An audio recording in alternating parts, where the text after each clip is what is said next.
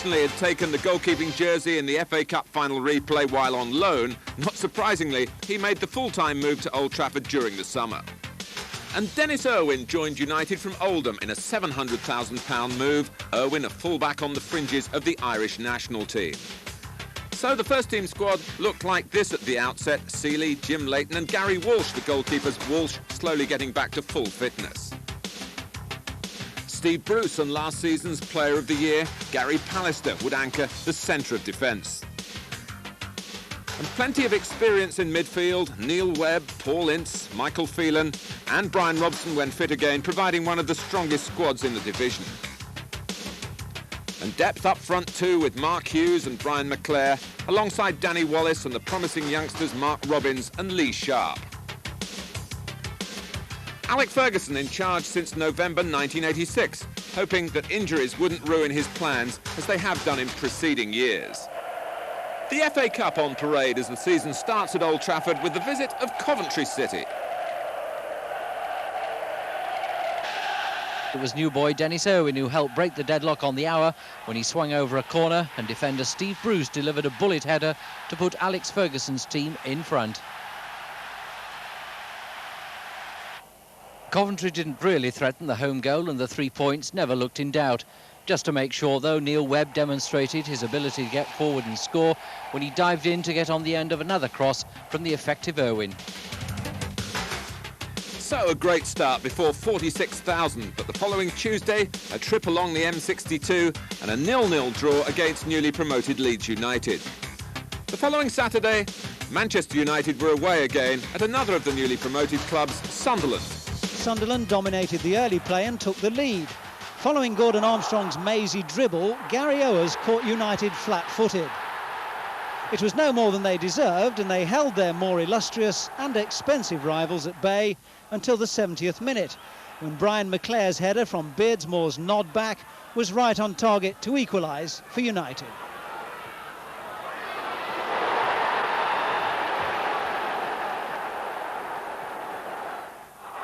With less than a minute to go, a draw looked an absolute certainty until a superb piece of individual skill from Gary Bennett, the Sunderland captain, consigned United to their first defeat, and joy on Wearside was unconfined.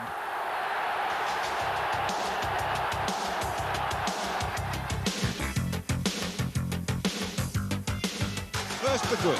United's first away win of the season when Mark Robbins, keeping out Welsh international Mark Hughes, scored the winner.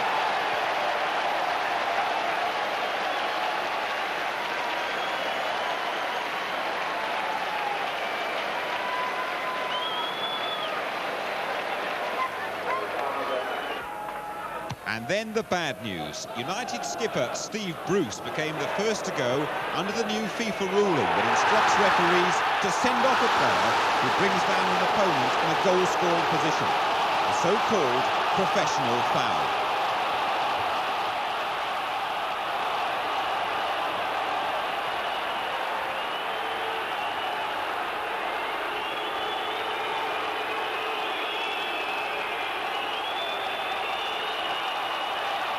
So United down to 10 men for the last 20 minutes, but they held on to their lead. The final result, Luton 0, United 1.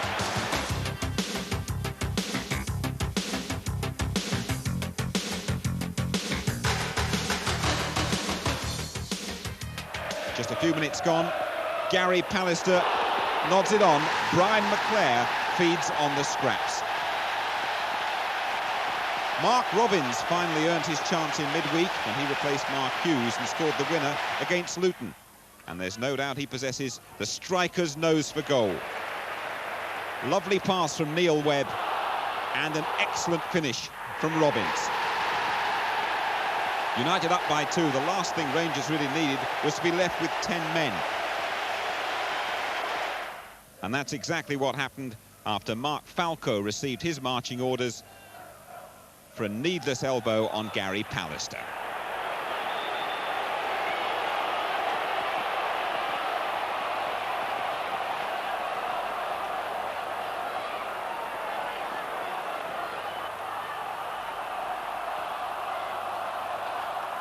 The red card for Mark Falco. But now another magnificent goal from Robbins. Super touch from McClare. And look at this beautifully flighted chip. Rangers almost down and out. Robbins more than justifying Alec Ferguson's faith in him. A wonderful finish that, his third goal in 5 days. Rangers get a late consolation. And there's a rather unnecessary handball from Steve Bruce. Just there, a certain penalty, and Roy Wegerle, who scored all Rangers goals this season, obliges from the spot. But that's another excellent performance from fast improving Manchester United. Barnes to McMahon. John Barnes again. Lovely ball played there towards McMahon, played in there! Beardsley!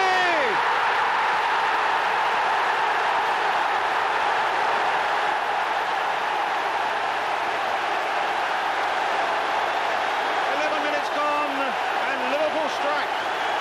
And Beardsley, all smiles, is the man who does it. Great run here by Barnes, and a lovely ball played in. McMahon was onto it. It was almost...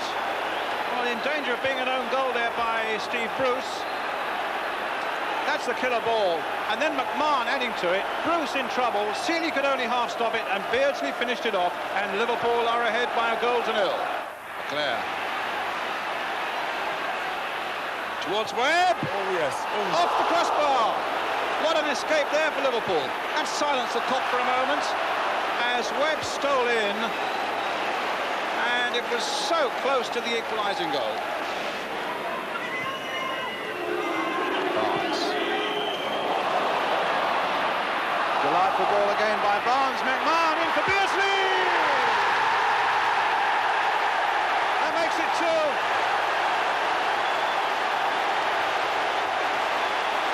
Barnes and McMahon heavily involved again.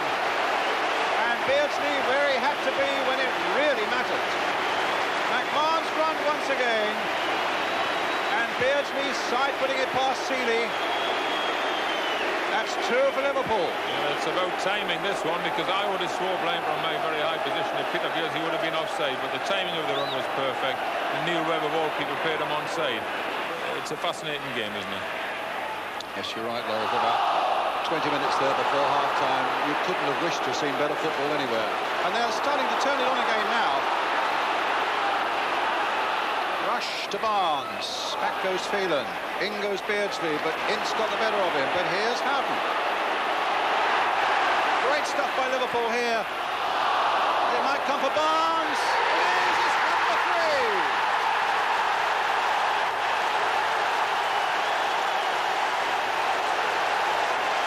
Well, fortune favours the brave, because the first shot by Stevie Nicol could have gone anywhere, quite honestly. This is sheer persistence. Had a little look up, swung his big boots, and up gets John Barnes, proving that he can do everything, John. Good header, planted right in the corner.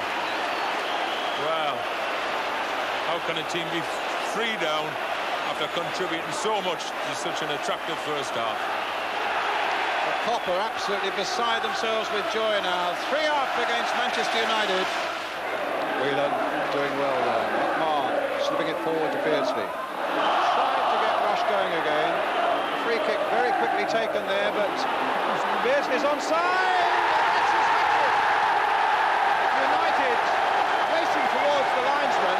They thought Beardsley was offside, but the flag stayed down. Beardsley went on, and he's got a hat-trick. A defeat by Liverpool which looked worse on paper than it did on the pitch. But a mixed start overall, with 3 wins from 6 games, but 6th in the table. The European adventure started the following week with the home leg against Pécsi Munkacs from Hungary. A great opening goal from Clayton Blackmore, followed by Neil Webb's effort 6 minutes later. The United could have built more than a 2-goal lead. But there were no real problems in the second leg, and Brian McClare's second half goal sealed a 3-0 aggregate win. The Rumbelows League Cup got underway at Halifax, and in a hard-fought game, it wasn't until the last 3 minutes that United gained their victory. The return leg wasn't easy either. sandwiched between those cup games, league matches, firstly against Southampton.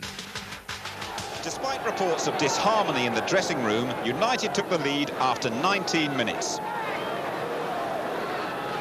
A corner from Dennis Irwin, United's 5th so far. Fatal hesitation from Southampton keeper Tim Flowers. Brian McClair, the header home.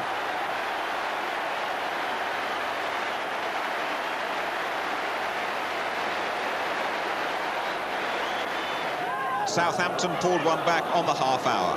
Quickly taken free kick, and Paul Rideout prospered from Barry Horn's neat cross.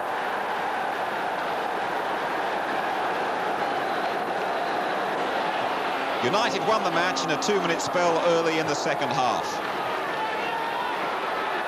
Neil Webb's chip, Clayton Blackmore on the end of it. His header passed in front of Flowers' body.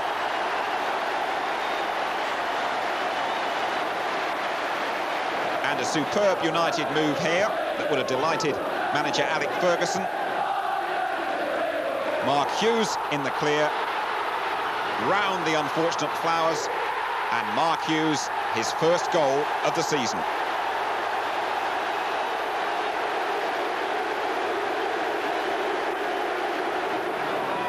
Rod Wallace is getting a lot of goals for the Saints this season, and there's reward for their late pressure. But United hung on for a win to maintain their challenge at the top.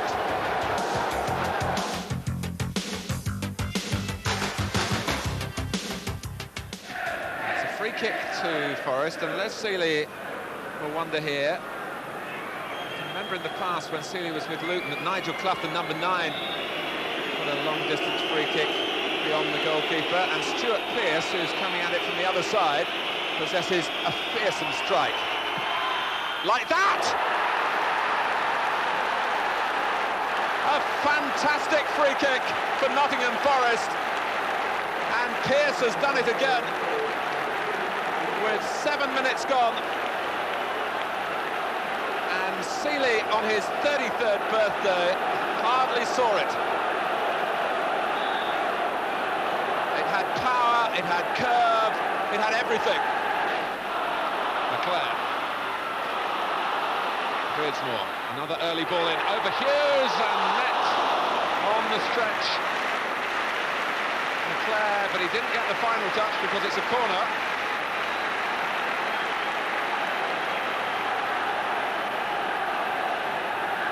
It was Brian Laws who put it over his own crossbar. And it's Clough who does it! Oh, and Sealey with a save that leaves both Cloughs in disbelief. Nigel Clough has beaten Les Sealey before when Sealey was Luton's goalkeeper, and Sealey recognised the area where the ball would come, but even so, it was a perfectly executed free kick.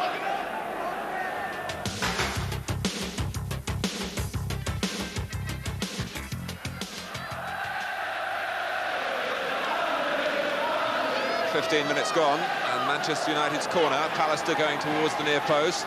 Bruce coming in behind him. Oh, and McClair was just trying to apply a final touch, and anything gentler than that must surely have gone in. It was particularly well met by Bruce in the first place, but I don't think it would have beaten Seaman. And McClair looking to make sure that United would score, and only diverted it wide. Couple of minutes to go to half-time, and Limpar made a long run to get himself involved, and Keith Hackett has given the goal. Arsenal have stolen a goal here, and the player that they're calling their new match winner, well, he hasn't won the game here, but he's caught out Sealey. And after spending more than 40 minutes on defending against the purposeful Manchester United, Arsenal have taken the lead. Anders Limpar whipped it in, and Keith Hackett said it was over the line. Les Sealey was concentrating on trying to keep it out, but you can't argue with the referee's right in that position to